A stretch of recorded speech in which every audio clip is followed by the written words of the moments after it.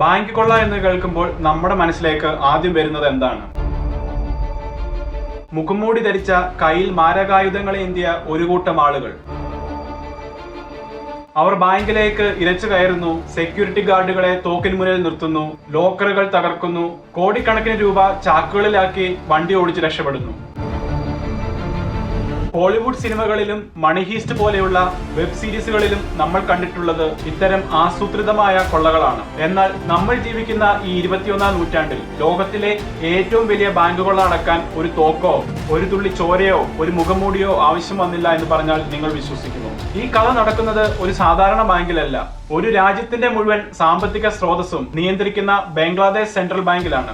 വിരലിൽ എണ്ണാവുന്ന കുറച്ച് ഹാക്കർമാർ ലോകത്തിന്റെ ഏതോ ഒരു മൂലയിൽ ഇരുന്ന് കേവലം ഒരു ലാപ്ടോപ്പും ഇന്റർനെറ്റ് കണക്ഷനും മാത്രം ഉപയോഗിച്ച് ഒരു രാജ്യത്തിന്റെ ഖജനാവിൽ നിന്ന് മോഷ്ടിക്കാൻ പ്ലാൻ ചെയ്തത് അക്ഷരാർത്ഥത്തിൽ $1 ബില്യൺ.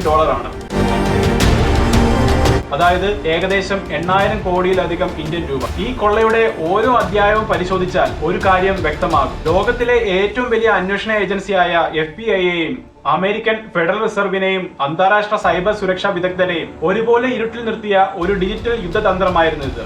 എന്നാൽ ഈ മഹാകൊള്ളയുടെ മാസ്റ്റർ പ്ലാൻ മുഴുവൻ തകർത്തത് ഒരു വലിയ സുരക്ഷാ സംവിധാനമല്ല, മറിച്ച് ഹാക്കർമാർക്ക് സംഭവിച്ച ഒരു ചെറിയ അക്ഷരത്തെറ്റാണ്. ചരിത്രത്തെ തന്നെ മാറ്റിമറിച്ച കോടിക്കണക്കിന് മനുഷ്യരുടെ പണം ഇല്ലാതാക്കാൻ ശ്രമിച്ച് ആ ഡിജിറ്റൽ കവർച്ചയുടെ പൂർണ്ണമായ ഇൻവെസ്റ്റിഗേഷനിലേക്ക് നമ്മൾ പോവുകയാണ്. 2016 ഫെബ്രുവരി മാസം 5-ാം തീയതി വെള്ളിയാഴ്ച രാവിലെ ബംഗ്ലാദേശിന്റെ തലസ്ഥാനമായ ധാക്കയിലെ മോഡിലക്കോഹിൽ സ്ഥിതി ചെയ്യുന്ന സെൻട്രൽ ബാങ്കിന്റെ 10ാം നില, അവിടെയാണ് സ്വിഫ്റ്റ് റൂം സ്ഥിതി ചെയ്യുന്നത്. എന്താണ് ഈ സ്വിഫ്റ്റ് റൂം? ലോകമെമ്പാടുമുള്ള 10,000-ത്തിലധികം ബാങ്കുകൾ തമ്മിൽ അതീവ സുരക്ഷിതമായി കോടിക്കണക്കിന് രൂപയുടെ സാമ്പത്തിക സന്ദേശങ്ങളും പണമിടപാടുകളും കൈമാറുന്ന അന്താരാഷ്ട്ര നെറ്റ്വർക്കിനെയാണ് സ്വിഫ്റ്റ് എന്ന് പറയുന്നത്. ഒരു രാജ്യത്തിന്റെ സെൻട്രൽ ബാങ്കിനെ സംബന്ധിച്ചിടത്തോളം ഈ മുറിയാണ് അവരുടെ സാമ്പത്തിക ഹൃദയമിടിപ്പ്. അന്ന് ഒരു വെള്ളിയാഴ്ചയായിരുന്നു. ബംഗ്ലാദേശിൽ വെള്ളിയാഴ്ചയും ശനിയാഴ്ചയും ഔദ്യോഗിക ബാങ്ക് അവധി ദിവസങ്ങളാണ്. ബാങ്കിലെ താൽക്കാലിക ഡ്യൂട്ടി ഓഫീസറായ ഉദ്യോഗസ്ഥൻ പതിവ് പോലെ തന്റെ ഡ്യൂട്ടിക്കായി 10ാം നിലയിലെ ഈ മുറിയിലേക്ക് കടന്നു വന്നു. മുറിയിൽ കമ്പ്യൂട്ടറുകൾ പ്രവർത്തിക്കുന്നുണ്ടായിരുന്നു. എന്നാൽ ആ മുറിയുടെ ഒരു മൂലയിൽ ഇരുന്ന ഒരു പ്രത്യേക പ്രിന്റർ അന്ന് നിശബ്ദമായിരുന്നു.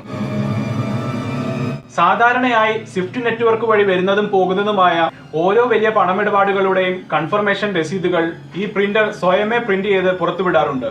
ആ പ്രിന്ററിന്റെ തുടർച്ചയായ ഹമ്മിങ് ശബ്ദമാണ് ആ മുറിയുടെ ജീവൻ. എന്നാൽ അന്ന് ആ പ്രിന്റർ പൂർണ്ണമായി നിശ്ചലമായിരുന്നു. ഉദ്യോഗസ്ഥൻ കമ്പ്യൂട്ടർ സ്ക്രീൻ പരിശോധിച്ചപ്പോൾ അതിലൊരു തകരാർ കാണിച്ചു. അദ്ദേഹം പ്രിന്റർ മാനുവലായി ഓൺ ചെയ്യാൻ ശ്രമിച്ചെങ്കിലും അത് നടന്നില്ല. ഇത് സാധാരണ ഉണ്ടാകാറുള്ള സോഫ്റ്റ്വെയർ തകരാറുകളിൽ ഒന്നായിരിക്കും. നാളെ ശനിയാഴ്ച ടെക്നിക്കൽ ടീം വരുമ്പോൾ ശരിയാക്കാമെന്ന് കരുതി അദ്ദേഹം ആ പ്രശ്നം അവിടെ അവഗണിച്ചു. എന്നാൽ അദ്ദേഹം അറിഞ്ഞിരുന്നില്ല അത് വെറും ഒരു ടെക്നിക്കൽ ഗ്ലിച്ച് ആയിരുന്നില്ല എന്ന്. തലേ ദിവസം രാത്രി കൃത്യം 8:36 ബാങ്കിലെ സിസ്റ്റത്തിൽ അതിക്രമിച്ചു കയറിയ അദൃശ്യരായ ഹാക്കർമാർ ആ പ്രിന്ററിനെ നിയന്ത്രിക്കുന്ന മെയിൻ സോഫ്റ്റ്വെയർ കമാൻഡ് മാറ്റി എഴുതിയിരുന്നു. ബാങ്കിൽ നിന്നും പണം ചോരുന്ന വിവരം ഒരു കാരണവശാലും പ്രിന്റ് ഔട്ടുകളിലൂടെ ഉദ്യോഗസ്ഥർ അറിയരുത് എന്നതായിരുന്നു ഹാക്കർമാരുടെ ആദ്യത്തെ ലക്ഷ്യം. ഫെബ്രുവരി 6 ശനിയാഴ്ച രാവിലെ ടെക്നിക്കൽ വിഭാഗത്തിലെ വിദഗ്ധർ ബാങ്കിലെത്തി സ്വിഫ്റ്റ് റൂമിലെ സിസ്റ്റം പരിശോധിച്ചു. അവർ കമ്പ്യൂട്ടറുകൾ മാനുവലായി റീബൂട്ട് ചെയ്തതോടെ പെട്ടെന്ന് ആ പ്രിന്റർ പ്രവർത്തിക്കാൻ തുടങ്ങി. കനത്ത ശബ്ദത്തോടെ പ്രിന്ററിൽ നിന്നും പേപ്പറുകൾ ഓരോന്നായി പുറത്തേക്ക് പാഞ്ഞു വന്നു. ഡ്യൂട്ടിയിലുണ്ടായിരുന്ന ഉദ്യോഗസ്ഥർ ആ പേപ്പറുകൾ കയ്യിലെടുത്ത് വായിച്ചു തുടങ്ങി. സാധാരണയായി വരാറുള്ള സാധാരണ ബിസിനസ് മെസ്സേജുകൾ ആയിരുന്നില്ല അത്. അവ അമേരിക്കയിലെ ന്യൂയോർക്ക് ഫെഡറൽ റിസർവ് ബാങ്കിൽ നിന്നും വന്നിട്ടുള്ള അതീവ അടിയന്തര മുന്നറിയിപ്പ് സന്ദേശങ്ങളായിരുന്നു. ആ സന്ദേശങ്ങളുടെ ഉള്ളടക്കം ഇതായിരുന്നു: നിങ്ങളുടെ അക്കൗണ്ടിൽ നിന്നും കഴിഞ്ഞ ദിവസം രാത്രി ഫിലിപ്പീൻസിലെ ഒരു സ്വകാര്യ ബാങ്കിലേക്ക് ലക്ഷക്കണക്കിന് ഡോളറിന്റെ ട്രാൻസ്ഫർ ഓർഡറുകൾ വന്നിട്ടുണ്ട്. ഇതിൽ ഞങ്ങൾക്ക് വലിയ സംശയം തോന്നുന്നു. ഇത് നിങ്ങളുടെ അനുമതിയോടെ തന്നെയാണോ? ഇത് വായിച്ച ബാങ്ക് അധികാരികളുടെ നെറ്റിയിൽ വിയർപ്പ് പൊടിഞ്ഞു. കാരണം ബംഗ്ലാദേശ് ബാങ്ക് അത്തരം യാതൊരു പണമിടപാടുകൾക്കും ഓർഡർ നൽകിയിരുന്നില്ല. തങ്ങളുടെ അക്കൗണ്ടിൽ നിന്നും കോടിക്കണക്കിന് രൂപ ആരോ മോഷ്ടിച്ചുകൊണ്ടിരിക്കുകയാണെന്ന് അവർക്ക് മനസ്സിലായി. അവർ ഉടൻ തന്നെ ന്യൂയോർക്കിലെ ഫെഡറൽ ബാങ്കിലേക്ക് തിരികെ ബന്ധപ്പെടാൻ ശ്രമിച്ചു. എന്നാൽ അവിടെ മറ്റൊരു വലിയ ദുരന്തം അവരെ കാത്തിരിക്കുന്നുണ്ടായിരുന്നു. ഈ വലിയ കൊള്ളയുടെ പുറകിലെ ആസൂത്രകരെ കണ്ടെത്താൻ അന്താരാഷ്ട്ര സൈബർ സെക്യൂരിറ്റി ഏജൻസിയായ FireEye ബംഗ്ലാദേശിലെത്തി അന്വേഷണം ആരംഭിച്ചു. ബാങ്കിന്റെ കമ്പ്യൂട്ടർ നെറ്റ്വർക്കിൽ നിന്നും അവർ കണ്ടെത്തിയ ഡിജിറ്റൽ തെളിവുകൾ വിരൽ ചൂണ്ടിയത് ലോകത്തിലെ ഏറ്റവും അപകടകാരികളായ ഒരു ഹാക്കിംഗ് ഗ്രൂപ്പിലേക്കാണ്, ലാസറസ് ഗ്രൂപ്പ്. ഈ പേര് സൈബർ ലോകത്ത് ഭയത്തോടെയല്ലാതെ ആരും കേൾക്കാറില്ല. ആരാണ് ഈ ലാസറസ് ഗ്രൂപ്പ്? ഉത്തര കൊറിയൻ ഗവൺമെന്റിന്റെയും അവരുടെ മിലിറ്ററി ഇന്റലിജൻസിന്റെയും കീഴിൽ പ്രവർത്തിക്കുന്ന അതീവ രഹസ്യമായ ഒരു സൈബർ സേനയാണിത്. ഇവരെ ബ്യൂറോ 121 എന്നും വിളിക്കാറുണ്ട്. സാധാരണ ഹാക്കർമാർ പണത്തിനു വേണ്ടിയോ അല്ലെങ്കിൽ വ്യക്തിപരമായ പ്രശസ്തിക്ക് വേണ്ടിയോ ആണ് ഹാക്ക് ചെയ്യാറുള്ളത്. എന്നാൽ ലാസറസ് ഗ്രൂപ്പ് പ്രവർത്തിക്കുന്നത് ഒരു രാജ്യത്തിന്റെ സാമ്പത്തിക സ്രോതസ്സുകൾക്ക് വേണ്ടിയാണ്. അന്താരാഷ്ട്ര തലത്തിൽ വലിയ ഉപരോധങ്ങൾ നേരിടുന്ന ഉത്തര കൊറിയയ്ക്ക് തങ്ങളുടെ രാജ്യത്തേക്ക് വിദേശ കറൻസികൾ എത്തിക്കാനുള്ള ഒരു പ്രധാന മാർഗമാണ് ഇത്തരം സൈബർ കൊള്ളകൾ. 2014 സോണി പിക്ചേഴ്സ് എന്ന വൻകിട ഹോളിവുഡ് കമ്പനിയെ ഹാക്ക് ചെയ്ത് അവരുടെ രഹസ്യ വിവരങ്ങൾ പുറത്തുവിട്ടതും ഇതേ ലാസറസ് ഗ്രൂപ്പ് ആയിരുന്നു. ഉത്തര കൊറിയൻ ഏകാധിപതി കിം ജോങ് ഉന്നിനെ പരിഹസിക്കുന്ന ഒരു സിനിമ സോണി പിക്ചേഴ്സ് നിർമ്മിച്ചതിലുള്ള പ്രതികാരമായിരുന്നു അത്. ആ വലിയ വിജയത്തിന് ശേഷം അവർ ലക്ഷ്യമിട്ടത് ലോകത്തിലെ ബാങ്കിംഗ് ചരിത്രത്തിലെ ഏറ്റവും വലിയ കൊള്ളയായിരുന്നു. ഹാക്കർമാർ പെട്ടെന്ന് ഒരു ദിവസം വന്ന് ബാങ്ക് സിസ്റ്റം തകർത്തതല്ല. 2015 തുടക്കത്തിൽ അവർ ബാങ്കിലെ ഒരു സാധാരണ ജീവനക്കാരന് ഒരു ഇമെയിൽ അയച്ചു. അത് ഒരു ജോലി അപേക്ഷയായിരുന്നു. ഈ ഇമെയിലിൽ അടങ്ങിയിരിക്കുന്ന ലിങ്കിൽ ജീവനക്കാരൻ ക്ലിക്ക് ചെയ്തതോടെ നെസ്റ്റെക് എന്ന മാരകമായ മാൽവെയർ ബാങ്കിന്റെ ആന്തരിക കമ്പ്യൂട്ടർ ശൃംഖലയിൽ ഇൻസ്റ്റാൾ ചെയ്യപ്പെട്ടു. ഈ മാൽവെയർ സിസ്റ്റത്തിൽ കയറിയ വിവരം ആരും അറിഞ്ഞില്ല. അത് വളരെ നിശബ്ദമായി കമ്പ്യൂട്ടറിന്റെ ബാക്ക്ഗ്രൗണ്ടിൽ പ്രവർത്തിച്ചുകൊണ്ടിരുന്നു. ഹാക്കർമാർ ഏകദേശം ഒരു വർഷത്തോളമാണ് ബംഗ്ലാദേശ് ബാങ്കിന്റെ കമ്പ്യൂട്ടറുകൾ നിരീക്ഷിച്ചത്. ബാങ്കിലെ ഉദ്യോഗസ്ഥർ എപ്പോഴാണ് ലോഗിൻ ചെയ്യുന്നത്, അവർ ഉപയോഗിക്കുന്ന പാസ്വേഡുകൾ എന്തൊക്കെയാണ്, സ്വിഫ്റ്റ് റൂമിലെ കമ്പ്യൂട്ടറുകളുടെ പ്രവർത്തന ശൈലി എങ്ങനെയാണ്, ഇതൊക്കെ അവർ കൃത്യമായി പഠിച്ചെടുത്തു. അവർ ബാങ്കിലെ ഉന്നത ഉദ്യോഗസ്ഥരുടെ ടൈപ്പിംഗ് ശൈലി പോലും നിരീക്ഷിച്ചു എന്നാണ് അന്വേഷണ സംഘം കണ്ടെത്തിയത്. ഒടുവിൽ ബാങ്കിന്റെ സ്വിഫ്റ്റ് സിസ്റ്റം പൂർണ്ണമായും തങ്ങളുടെ നിയന്ത്രണത്തിലായെന്ന് ഉറപ്പുവരുത്തിയ ശേഷം 2016 ഫെബ്രുവരിയിലെ ആ വാരാന്ത്യം അവർ തങ്ങളുടെ ഓപ്പറേഷനായി തിരഞ്ഞെടുത്തു. ഹാക്കർമാർ ഈ കൊള്ളയ്ക്കായി തിരഞ്ഞെടുത്ത സമയം അവരുടെ മാസ്റ്റർ പ്ലാനിന്റെ ഏറ്റവും വലിയ തെളിവാണ്. അവർ ലോകത്തിലെ 3 വ്യത്യസ്ത ടൈം സോണുകളെയാണ് തങ്ങളുടെ ആയുധമാക്കിയത്. നമുക്ക് ആ ടൈം ലൈൻ ഒന്ന് പരിശോധിക്കാം. ബംഗ്ലാദേശിൽ വെള്ളിയാഴ്ച ബാങ്ക് അവധിയാണ്. അവർ വ്യാഴാഴ്ച രാത്രി 8:36 കൊള്ള ആരംഭിക്കുന്നു. അടുത്ത ദിവസം വെള്ളിയാഴ്ച രാവിലെ ധാക്കയിൽ ആരും ബാങ്കിൽ ഉണ്ടാകില്ല. എന്നാൽ ആ സമയത്ത് അമേരിക്കയിലെ ന്യൂയോർക്കിൽ വ്യാഴാഴ്ച രാത്രിയാണ്. അവർ അയച്ച വ്യാജ ഓർഡറുകൾ ന്യൂയോർക്ക് ഫെഡറേഷൻ ബാങ്കിലെ കമ്പ്യൂട്ടറുകളിൽ എത്തുമ്പോൾ അവിടെ പ്രവൃത്തി സമയമാണ്. അവിടെ നിന്നും പണം ട്രാൻസ്ഫർ ആയി ഫിലിപ്പീൻസിലെ ബാങ്കുകളിൽ എത്തുമ്പോൾ അവിടെ ശനിയാഴ്ചയും ഞായറാഴ്ചയും ആയിരിക്കും. അതുകൊണ്ട് അവിടെയുള്ള അധികാരികൾക്കും ഇത് പരിശോധിക്കാൻ കഴിയില്ല. തിങ്കളാഴ്ച രാവിലെ ബംഗ്ലാദേശ് ബാങ്ക് തുറന്ന് അമേരിക്കയിലേക്ക് സന്ദേശം അയക്കുമ്പോൾ അമേരിക്കയിൽ അപ്പോൾ ഞായറാഴ്ച രാത്രി ആയതിനാൽ അവിടെയും ആരും ഉണ്ടാകില്ല. ഈ ടൈം സോണുകളുടെ കൃത്യമായ വിടവ് ഉപയോഗിച്ചതുകൊണ്ട് ബാങ്കുകൾക്ക് പരസ്പരം ബന്ധപ്പെടാൻ 4 ദിവസത്തെ സമയമാണ് ഹാക്കർമാർക്ക് ലഭിച്ചത്. ഫെബ്രുവരി 4 വ്യാഴാഴ്ച രാത്രി ഹാക്കർമാർ ബംഗ്ലാദേശ് ബാങ്കിലെ അതീവ രഹസ്യമായ ഡിജിറ്റൽ സിഗ്നേച്ചറുകളും കോഡുകളും ഉപയോഗിച്ച് ന്യൂയോർക്ക് ഫെഡറേഷൻ റിസർവ് ബാങ്കിലേക്ക് 35 പണമിടപാട് ഓർഡറുകൾ അയച്ചു. ബംഗ്ലാദേശ് ബാങ്കിന്റെ അക്കൗണ്ടിൽ ഉണ്ടായിരുന്ന $951 മില്യൺ മുഴുവൻ ഫിലിപ്പീൻസിലെയും ശ്രീലങ്കയിലെയും ചില സ്വകാര്യ വ്യക്തികളുടെ എൻജിഒകളുടെയും അക്കൗണ്ടുകളിലേക്ക് മാറ്റാനായിരുന്നു ആ സന്ദേശങ്ങൾ. അമേരിക്കൻ ബാങ്കിലെ കമ്പ്യൂട്ടറുകൾ ഈ സന്ദേശങ്ങൾ പരിശോധിച്ചപ്പോൾ അതിൽ ബംഗ്ലാദേശ് ബാങ്കിന്റെ ഒറിജിനൽ പാസ്വേഡുകളും കോഡുകളും ഉണ്ടായിരുന്നു. അതുകൊണ്ട് സിസ്റ്റത്തിന് യാതൊരു സംശയവും തോന്നിയില്ല. അവർ ആദ്യത്തെ 5 ഓർഡറുകൾ ഉടനടി പാസാക്കി. ഇതിലൂടെ $81 മില്യൺ ഫിലിപ്പീൻസിലെ RCBC ബാങ്കിലേക്കും $20 മില്യൺ ശ്രീലങ്കയിലെ ഒരു അക്കൗണ്ടിലേക്കും നിമിഷങ്ങൾക്കകം ഒഴുകിയെത്തി.